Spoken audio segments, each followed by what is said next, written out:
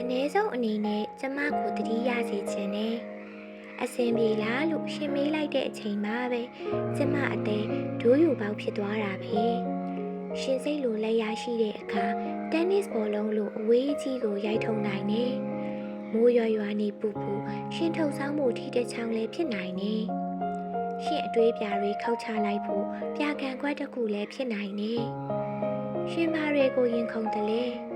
အသေးကိုစုပ်ပြဲပြီးညီမကျဲကြည့်လိုက်တောင်တန်းဖြစ်လိမ့်မယ်မိုးပေါ်ပြစ်တင်ကြည့်လိုက်တိမ်ဆိုင်ဖြစ်လိမ့်မယ်ရှင်သိလားကျမအသေးကမိရထားတန်လန်းတွေလိုလဲမာကြောတယ်ခိုင်ခန့်တယ်တေချာမှုရှိတယ်အတူရှင်တွဲခရီးအဝေးကြီးထိရောက်အောင်သွားဖို့အားရရှိတယ်ရှင်အလိုရှိအောင်မဲဆိုရင်ရှင်သဘောကျတဲ့မိန်းကလေးအတွက်ဒေလီယာတစ်စီးလည်းဖြစ်နိုင်သေးတယ်တိတ်မခတ်ပါဘူးရှင်ကျမစီမရောက်တော့မှကျမရှင်စီမလာဖြစ်တော့တာဘာရေးလဲကျမအသေးတွေဖြန့်ကျဲရှင်ပေးနာထားပေးခဲ့ပြီပဲညာကြီး